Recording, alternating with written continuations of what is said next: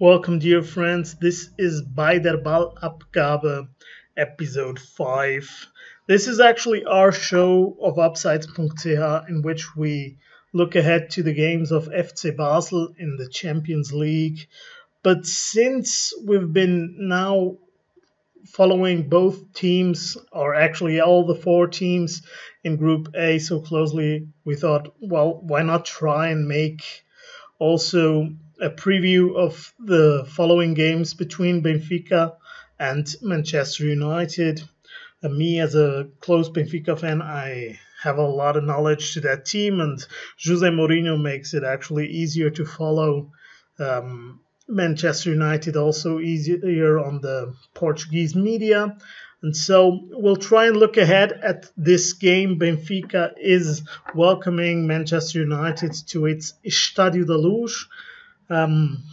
Both teams are in very different shapes. Benfica is actually struggling at the moment, hasn't been doing well. Manchester United is doing quite well, but they still want to aim higher. And also, last game against Liverpool gave them kind of a break in that high performance style they've been playing. They played more defensively, and people aren't too happy about that, but we'll get to that later.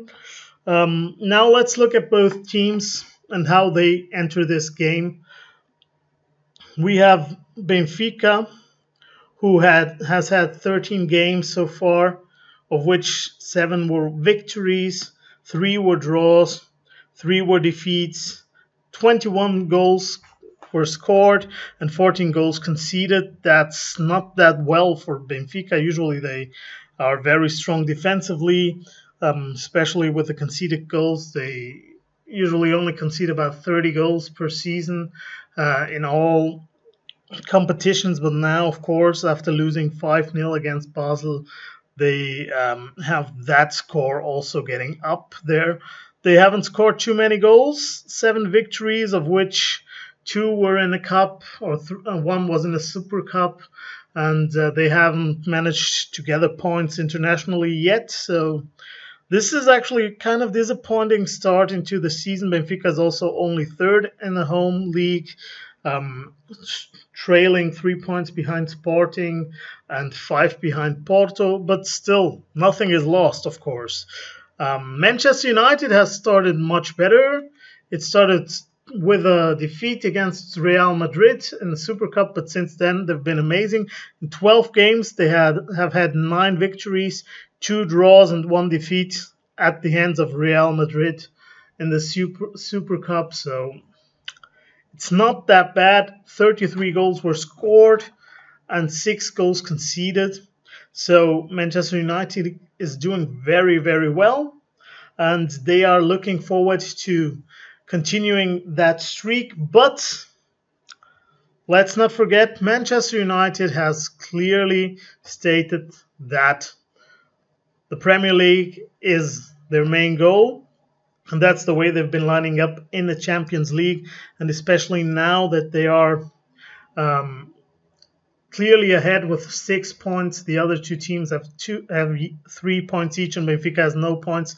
They will be looking to take their foot off the gas, and I think this will be the last game where we will see Manchester United really trying to bring it home. I think they will try and get 3 points out of Lisbon, and then with 9 points, depending on what happens between Basel and ZSK Moscow, they will then start focusing solely on the Premier League, which they have done a little bit with the lineups they have shown. But well, let's not dwell too much upon it. Let's look at how both teams presented themselves so far internationally and what we can expect for this game. Well, Benfica started against CSKA Moscow, and they were expected to have their first 3 points at home against the Russian team. That didn't work out, partly because of the referee, but partly also because Benfica was a little apathic at times. They were not up to the challenge, especially in the second half. They didn't know how to maintain the lead. They didn't know how to keep the ball rolling in their own circles, and then they lost. They lost 2-1. They played with Bruno Varela in goal, the goalkeeper, young from Benfica team. He was there since the beginning, but he was just only then returning to Benfica. Had only played 2 games for the team so far. Varela started in goal, did actually fairly well. André Almeida filling in for Nelson Semedo, that had been sold to Barcelona. Luizão, of course, 37 years of age. He is the number 1 in Benfica. He's the captain. He plays all the games as far as possible. Next to him, Lisandro Lopez. Benfica has lost Lindelof to Manchester United, and so they were still looking for the best pair of central defenders. This was the game they tried Lisandro Lopez. It's fair to say it didn't work out that well. Left back Grimaldo, he was actually outstanding. He's an amazing left back. He's from the Barcelona La Mestalla, or how they call it. He is one of their own, but now sold to Benfica. As you can see, both these players got replaced when Benfica was trying to hammer it home, trying to get at least 1 point from that game, but all these attacking players didn't work out. Benfica lost 2-1. The midfield, Feija, the guy that's very important for Benfica and actually one of their best players, a defensive midfielder, was not able to play. He was injured, so Filipe Augusto played. That's a player that's actually more a box-to-box player. That's the way he was intended. As a youngster now, filling in as a defensive midfielder, he didn't do too well. Pizzi is in a very bad shape at the moment. I think the worst we have seen him at Benfica yet. This has a lot to do with the last season, where he played every game for Benfica, which means every game, every single game, which was about 56, and then he went to the Confederations Cup with the Portuguese national team. He had no holidays, and now it's starting to show that his body can't take it. It's too much strain on it. The right wing was Salvio. Well, he's been the main choice for Benfica, not always the best player, but the coach believes in him. He's been with Benfica for like 6 years now, so that's one of the reasons.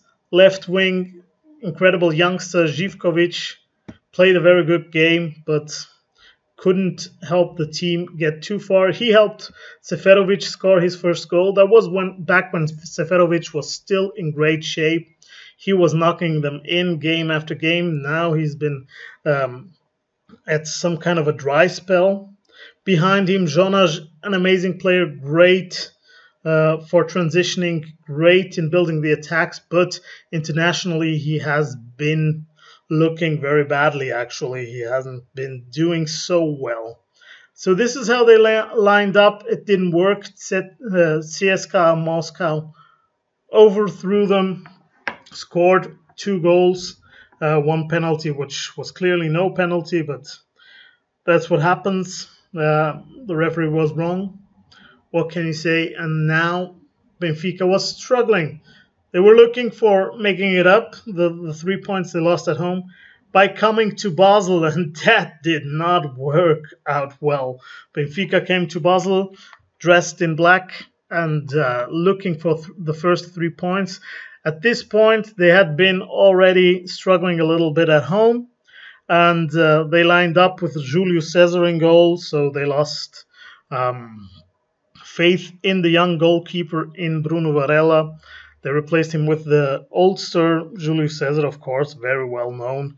Used to play for Queen's Park Rangers. Before that, he was many years at Internazionale di Milano. And at Inter, he won the Champions League with Jose Mourinho, of course, also the goalkeeper of the Brazilian national team. At right back, there was still André Almeida, who got then sent off. He is now off for 2 games. Um, he got suspended for 2 games. Violent tackle he made against one of Basel's players. He played very very badly, like the rest of the team. They were never up to the task. At the beginning, they get a counterattack after 2 minutes, and they are trailing, which was not good. They tried to get back on foot. They played good football for 15 minutes. Then they get another counterattack, and the 2-0 just made it for them. They couldn't get back. They had like no possession. They could never really endanger Basel, and then Basel just hammered it home with its 5-0 victory. Amazing night. As we talked, Lisandro Lopes didn't work out, so Jardel got into the team, but Jardel actually now is injured, and also he didn't work out either because up to the point, Ruben Dias, a young player also from the Benfica academy, just like the son of Madonna, had been playing. He had played 4 games, had actually looked very good, and had been a good solution also because he has the first pass, the first intention of creating game, which was very, very strong with Ruben Dias. But for some reason, the coach didn't put his faith in him for the Champions League. He thought he'd rather go with the more experienced guy. Turned out wrong. Jardel had a terrible game, and yeah, we saw that 5-0. Jardel is out of commission now anyways. He's injured.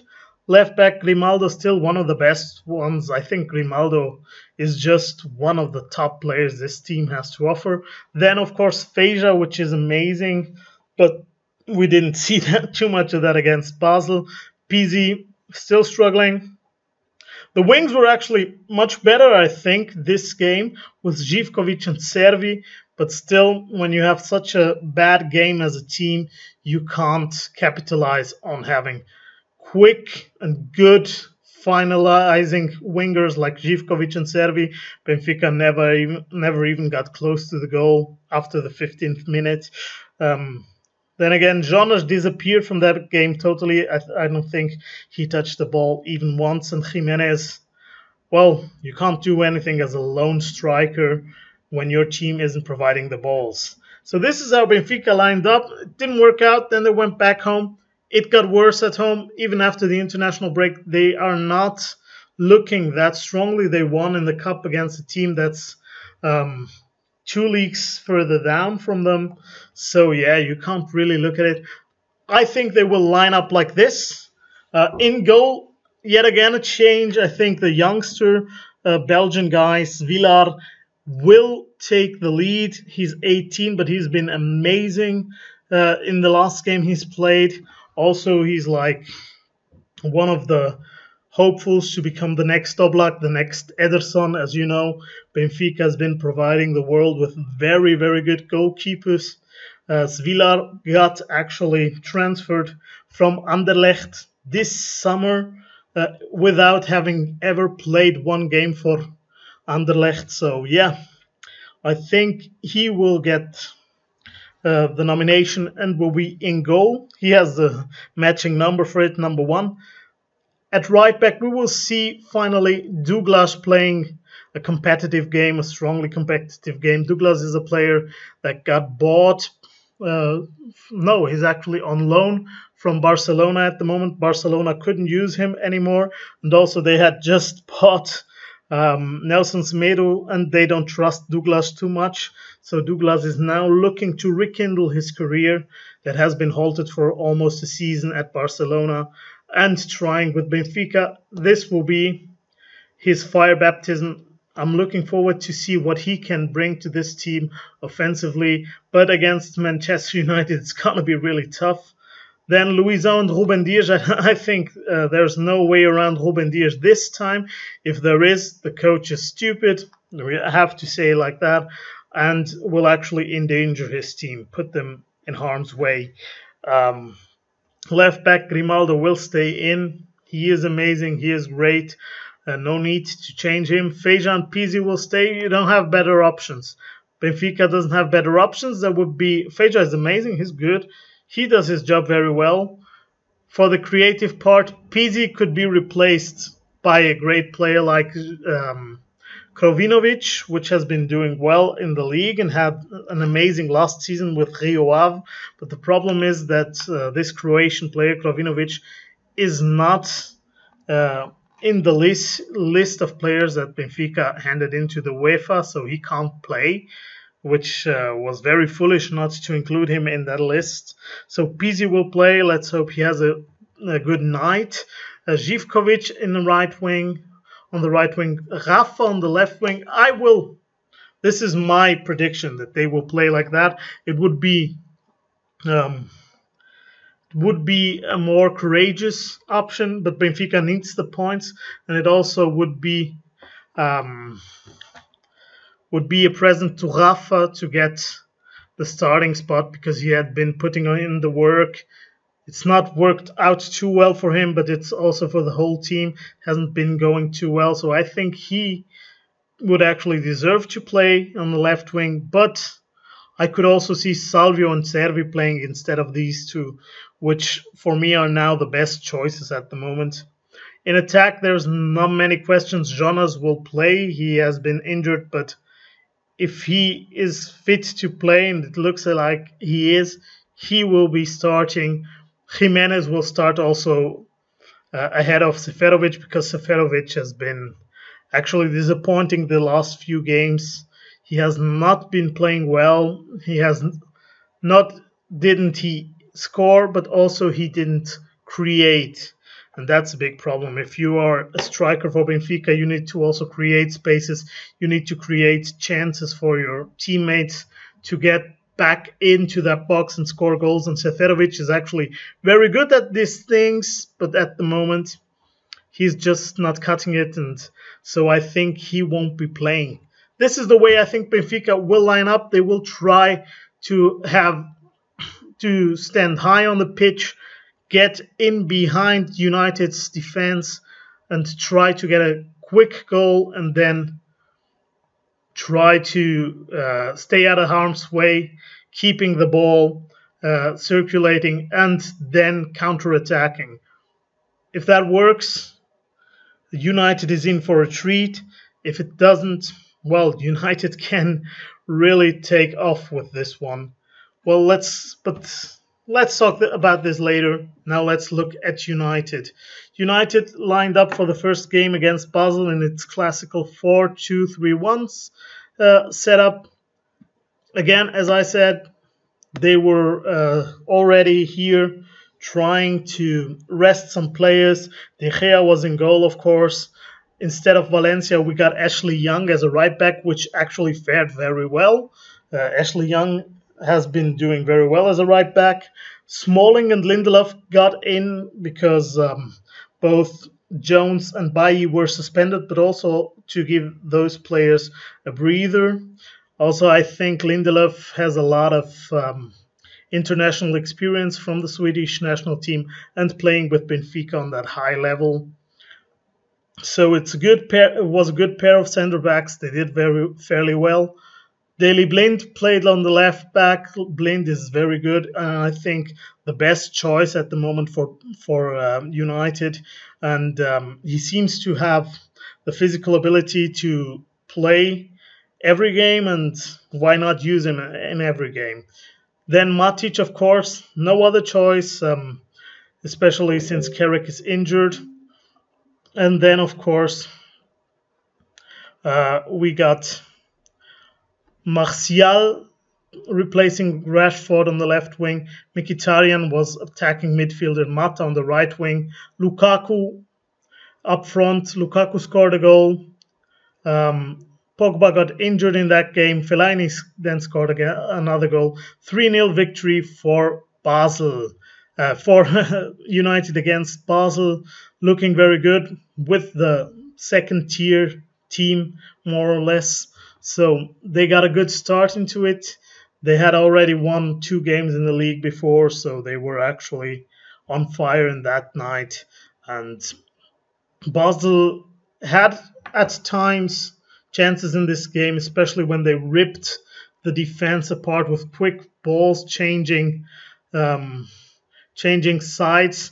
Then United tended to get lost because Blind and Young were playing far up front, so then there were rooms created, but still Matic did the covering very well. Basel never got in to score, and if they got dangerously in front of De Gea, he was still there. So I think, yeah, United is very well set up for international play, as they showed in this game. 3-0 victory, 3 points. Up next against Moscow, and then they changed some things up. United again trying to rest some players, trying something new. They played a 3-5-2 formation because they expected to score many goals, and they did. They scored 4 goals, conceded 1. Again with De Gea in goal, Smalling changing from the right side to the left side of the defense, Lindelöf staying in the middle, and Eric Bailly taking over the right side of the defense. 3 center backs. They did very well, if needed at times, but almost never necessary. Matic would drop back. He was playing defensive midfielder. As a box-to-box, we got the comeback of Herrera, which was nice to see. He was the best player of United clearly last season, and now this season he hadn't been starting too often, and here we saw him play again.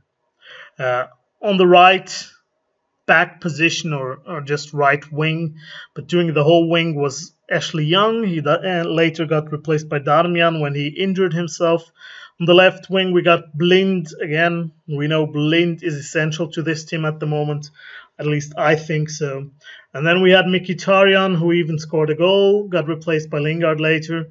We had two main strikers, Lukaku scoring a brace, 2 goals. Lukaku did great, and next to him Martial also scoring a goal. Good performance by Martial also in this position, which he was actually already familiar with from the times he was playing at Monaco, but now with United he hadn't been playing too much behind the main striker, in between lines, in between also the left wing and the box, but he did very well, and I think this is actually the best position for Martial to play. Of course, he does well on the left wing, but I still think United needs to get 2 or 3 wingers so they can start playing Rashford and Martial up front, which of course will be then a little tough if Ibrahimovic comes back. But until then, it would be amazing to have that solution. Rashford and Martial would be much better playing in between lines. Anyways, this is the way they played. 4 goals, 1 conceded. Still amazing, resting some players, trying something new. This new setup, 3-5-2, worked pretty well.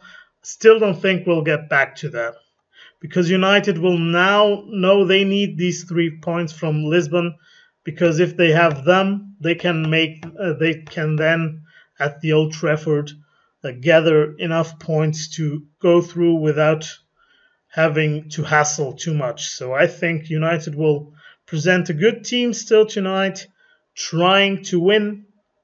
And I think, I made a mistake over there. Rashford is number 19, not number 9. Anyways, I think they will line up in a 4-2-3-1, as they usually do. De Gea in goal, of course. Young will play in right back. It's my opinion. I've read a lot of media saying that Darmian might start. I don't think Darmian is ready to start, and I don't think Mourinho would actually throw him into this game. I think Young would be the better choice, especially if Mourinho wants to take the 3 points from Lisbon, which he most clearly does. Then I think we'll stick to the central defenders that we have been getting in the Champions League. Smalling next to Lindelöf, that's a good lineup. Also Lindelöf, of course, coming back to Benfica after having just left them in the summer, will be keen to play, and I think he's guaranteed to start. Next to him, I would play Daley Blind. I think Mourinho will play Daley Blind just because he knows he wants these 3 points. But there's a big chance of also Luke Shaw playing. This is what I've read everywhere, but I don't think Shaw will get to play, because if Shaw plays, this would mean that he is not trying the hardest. Mourinho is not trying the hardest to get these 3 points, and I think he does want them, because he wants to rest some players, but still he wants to get done with the qualification as soon as possible. So I think this was a little, well, it's a little careless of the English media to classify Benfica as a very easy target and the Champions League as secondary stage too much. I don't think he will rest too many players, even though up front I think he will make some changes. I'm pretty sure Young and Blind will play, and if they don't, means Mourinho is not too keen on getting these 3 points. In the midfield, still the same problem. Herrera will play next to Matic because, well, not only is Herrera okay, but also I think now with Carrick injured, Fellaini injured, Pogba injured, we are running out of solutions for Manchester United, and Tuanzebe, I think, will be a good choice for maybe getting into the game later once it's decided. But to start, I would expect to see Mourinho start strongly with Herrera and Matic. Then the 3 attacking midfielders, I'm looking for Lingard to play to get a chance to start again. He hasn't been getting too many of these chances. I think he will need to start again, also just to keep up his confidence, and I think Mourinho knows that and will give him a chance in this game. I think Mata will play behind Lukaku just because Mkhitaryan hasn't been looking too well. Especially again on the weekend against Liverpool. I think Mkhitaryan needs a rest. Mkhitaryan needs to be taken out of the team, so he sees that he needs to step up and improve his game, and that's why Mata should be playing. Left wing, number 19, not 9. I think Marcus Rashford will play ahead of Martial. Martial has been declining over the last few games, and I think Mourinho wants to reward Rashford, and also his pace will be very important considering the slower defense that Benfica is lining up. Also with Luizão's age, it would be smart to have someone there who is much, much faster than him, and Rashford is it. Also, I think Rashford is just the better finalizer. He will score more goals if you put him in. And up front, of course, Lukaku. I don't think there's any way around Lukaku at the moment. Also, I know he has been criticized, hasn't been at his top, but he has been scoring goals, and I think Mourinho wants him to continue scoring. I think Mourinho will really go for the 3 points here and try to bring up, get in quickly, try to score, and then try to control this game. And as he has been doing in the Premier League, in the final 15 minutes, then go all in and try to make them look amazing as he has been doing, leading 1-0 up until a point and then scoring many goals at once and ending up with victories like 4-0, 5-0, and so on. I think this will be his strategy also for this game. Well, let's now look at both teams side by side. So I really expect both to line up like this. Svilar, Douglas, Luizão, Ruben Dias, Grimaldo, Feija, Pizzi, Zivkovic, Rafa, Jonas and Jimenez. And for Manchester United, De Gea, Young, Smalling, Lindelof, Blind, Matic, Herrera, Lingard, Mata, Rashford, Lukaku. It will be very interesting to see the duels between Pizzi and Matic. They haven't coincided at Benfica. Matic left Benfica way before Pizzi joined them, but I'm pretty sure this will be a very important duel. If Matic can close out Pizzi, it will be very, very tough for Benfica to create any kind of chances. There's also the possibility that Herrera will do that. Herrera will mark Pizzi in a duel of the both number 21s, and then Matic will take care of Jonas. And if both these players are taken care of, Benfica can't create from the center of the pitch. Feja is a very good player, but mostly defensively, so he will be busy keeping Mata, Rashford, and Lingard under control. And then, if you cut off Benfica's game from the center of the pitch, out of the middle, Benfica is left without arms and easy to defeat, actually. Then you have to look at this defense. The defense is slow with Luizão. Ruben Dias is a little faster, but has a bigger lack of experience. Try to get in between these defensive players, especially using the right-hand side. If we are lining up this way, as I have it, Živković and Douglas. Živković doesn't defend too well. Douglas doesn't defend too well. Douglas is more of an attacking fullback. If you can get in behind Douglas, something that Rashford can do easily, you get the right wing open, because Luizão is not quick enough to defend against you if you get a head start, if you are running towards him.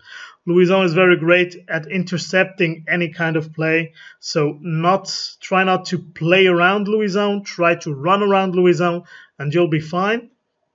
Benfica will then be left only with its wingers. If you cut out the middle, Rafa and Grimaldo, Živković and Douglas will try to get in from that side.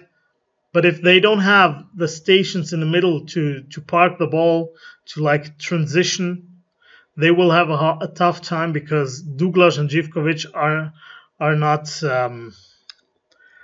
not yet used to each other. They will do many times the same kinds of movements, getting in deep and then trying to pull into the box. No one's going down at the baseline and trying to cross. This will be a problem. On the right-hand side, the left-hand side, I think Grimaldo and Rafa, or Grimaldo and Servi, will be better. So here it's important also for Jesse Lingard. This is one of the reasons I have Lingard playing on the left wing. He can do the coverage. He can put in the defensive hours, and I'm expecting him to do that. I expect Mourinho to know that as well. So look out for the duels in the center of the pitch, and then also the duel on the left wing.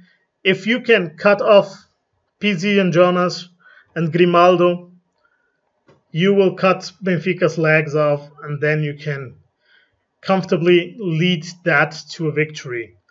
But if Benfica manages to rip Manchester United open at times, allow Blind and Young to go ahead and then get behind them, they will then have chances. Also, if they can put Jimenez in between Lindelöf and Smalling and rip one out of the way, then Jonas is at a much bigger advantage if he is playing against one center back at the time, because Jonas is very good in the 1v1 situations. So look for them trying to do that, getting behind Young, getting behind Blind, and or trying to have Jimenez rip the central defense apart, then run off to one of the sides, taking one of the central defenders with him, and then making space, creating space for Jonas. This will be the two ways both teams will try to play. I think United is at a big advantage here. United has nothing to lose. Benfica has to prove everything tonight. If they don't make their points, if they don't get 3 points out of their home game against United, it's done. It will be really tough for them then to even try to get to the Europa League, which would be a colossal failure for Benfica. And so, yeah, we will have a look at this game. I think it will be a great game. I think it won't disappoint. And yeah, I hope you guys enjoyed this. I hope You can comment, tell me what you thought about this video, if you like this preview. I know it's a little chaotic, it's kind of a last minute thing. We'll try to do one again in 2 weeks when both teams face off again at the Old Trafford. And I would really enjoy some feedback, also some subscribers. You can also follow us on Facebook, Twitter, Instagram, and Google+. We're there for you. We'll be looking ahead to the games of these teams. And I wish you good night and have fun with the Champions League. Bye.